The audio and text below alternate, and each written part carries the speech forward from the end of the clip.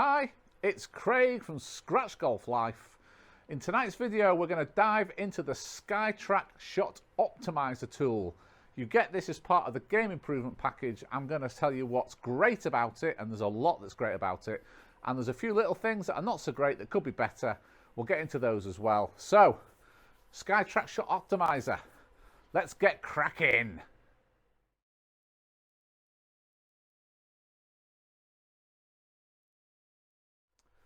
Right, so Skytrak Shot Optimiser. What it does is it allows you, without having a real in-depth knowledge of what every club's launch angle, descent angle, spin rate, that stuff that, your sort of club fitters will know that stuff, it'll be ingrained in their memory. But for us, normal kind of people, normal golfers, we don't really know what those numbers should be for our golf clubs. But with the Optimiser tool, it gives you all that data in a simple traffic-like system. It's really, really good the way they've done it. So if we go over to the Skytrak, you click, this is the starting screen, click on practice, which takes you to the practice range. And then the first thing to do is to choose your club. Now this is the only bit that I would say is bad about this system where it could be better. So in my custom bag, I've now got my PXG irons put in here. Now, all of the clubs, as in a pitching wedge 9-iron, 8-iron so far, they're all put in here preset as what I would call standard lofts for golf clubs, but are now called retro lofts, okay? So many iron brands now have cranked the lofts steeper to make them go further. So with my PXGs, for example, my 9-iron is quite a strong 9-iron. So without being able to put in the actual lofts of these clubs, I might get a slightly steeper angle of attack because actually my 9-iron is more like a 9.5 iron, for example. But that said, that is the one thing where I think this could be better. So we're going to start off with my 50 degrees. So in here, this is where I can get it bob on. I'm putting in that I'm hitting a 50 degree, and that matches up perfectly to the wedge that I'm about to hit. So once you've done that, you then click on this side banner, and there it is, Shot Optimiser, and it opens up this screen. Okay, so I'll just briefly go through this screen. This big panel in the center is going to show you your profile of your shot from side on, so your height and your descent. It's going to give you your distance. To the right of that, it's going to show you your offline to your center line. And then along the very bottom, it's going to give you all of your metrics in numbers. But the key bit are these three grey blocks as they are now, that is where the traffic light system is going to light up, and it's going to tell you whether you are well suited to these clubs or these clubs are performing as they should do for the type of club and the type of loft that you've got. Okay, so let's give this 50 degree wedge a hit. I would expect this to go somewhere around 118 yards. I've warmed up a little bit, so hopefully I'll hit a half decent shot. So as soon as I hit this shot, this screen will burst into life with all of the data, and those traffic lights will light up. Okay, so just whisk one away here. Okay, felt like I hit that pretty solid. And there we go. So interestingly, first shot, it's gone 117 yards, so it's gone the distance that I need it to.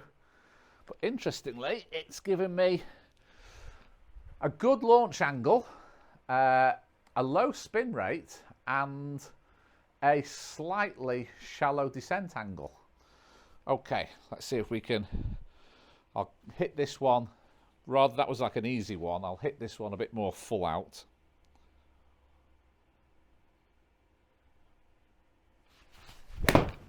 Okay, felt like I hit that one. So there we go.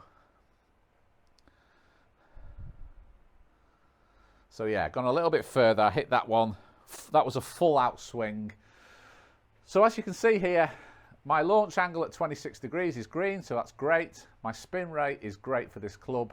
And my descent angle, okay, it's saying yellow, but it's only 1 degree out on where the optimal range is. So 1 degree is not going to make any difference.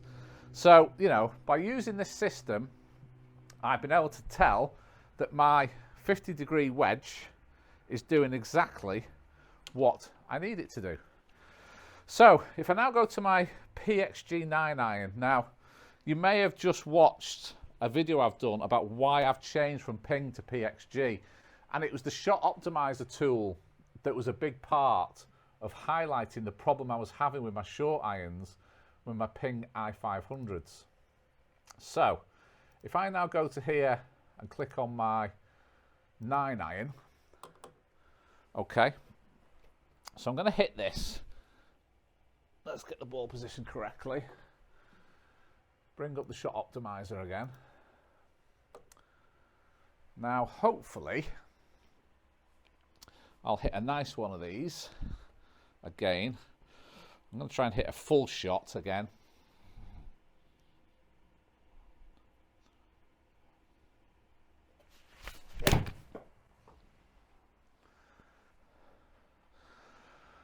Okay. So I hit that one pretty good, yeah, about 140 yards. I've actually lost it out to the right. I've actually pushed that quite a lot. Let's hit another one. But, you know, I've got green right across the board. Everything is exactly where I need it to be. We'll hit another one, see if we can get a slightly straighter one.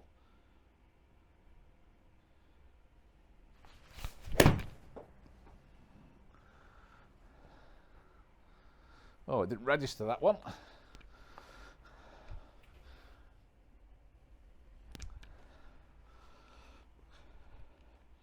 Just see if we can get this one.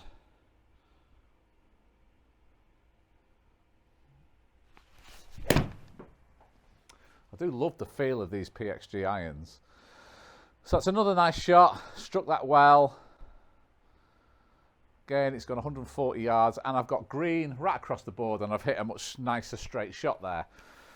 Okay, so again, that's telling me that these PXG irons are doing exactly what I want them to do, and that's where I think these PXG irons are really amazing, is that I'm getting that fantastic distance off these club faces, which are designed to increase your ball speed, but I'm still getting the right angles and the right spin rate for these clubs. Now, it was the Optimiser tool that highlighted that I had a problem with these ping i500s. This is just for me. You know, for a mid to high handicapper who's looking for some extra distance out of their irons, these ping i500s would be amazing. They'd be fantastic. But just for me, I started to notice that in the short irons, I was getting very low spin rates, which means I was going to struggle to stop the ball on very hard, firm greens, which I tend to play on in the summer. So I'm going to hit this i500 9 iron now, and I hope it's not going to make me look like a fool, but we should get quite a low spin number on this one. Okay, I'm going to try and do the same swing.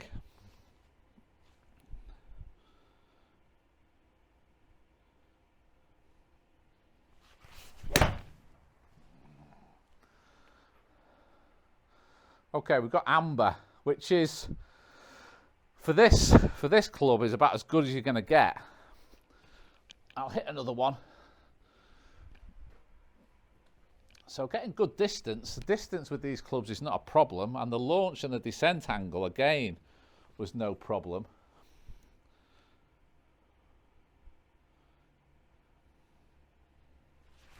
I feel like I hit that really well. Again, it's amber.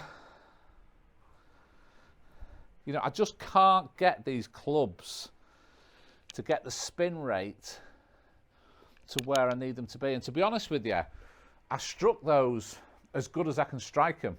You know, that's as good as a spin rate as I'm going to get. If I hit one that's just hit reasonably well, whereas I still get a good spin rate out of my PXGs, that the spin rate just plummets with these.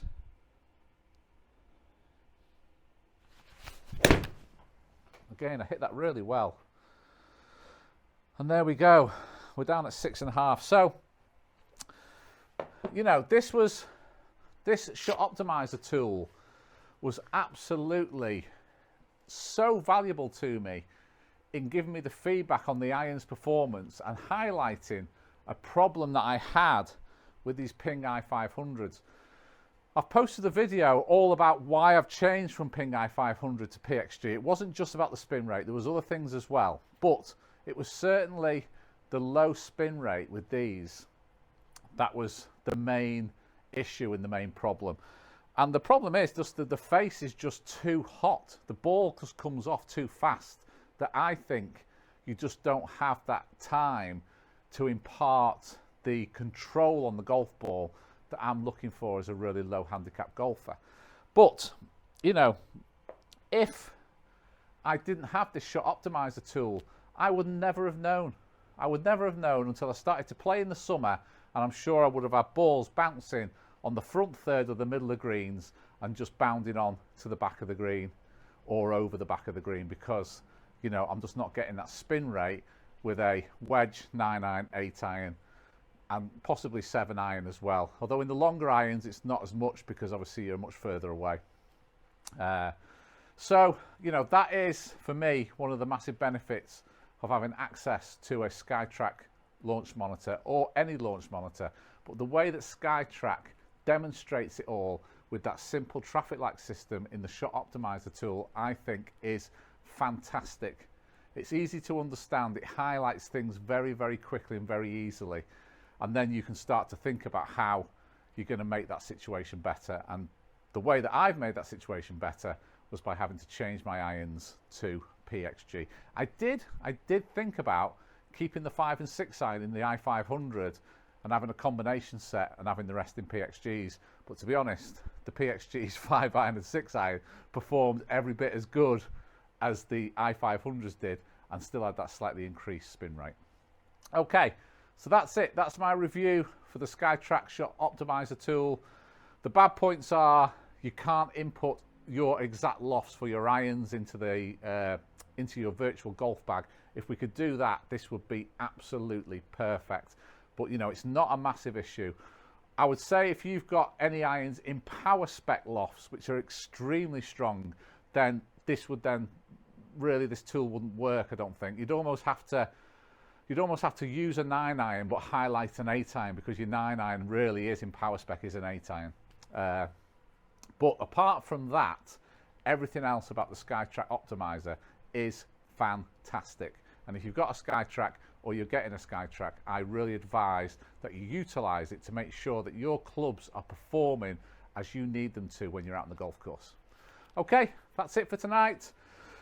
We're getting close to the golf courses opening, really close now. It's about 13 days away, so can't wait to get out on the course and start doing some content. I'm going to try and keep bringing content until the golf course is open. It's proven to be quite difficult when you've only got stuff that you can do in the simulator studio. But I'm going to play another online tournament this week, see if we can do any better than we did at Sawgrass last week. And then we'll be able to get out on the golf course and start bringing some great content. Okay, take it easy, stay safe, and I'll see you in the next video.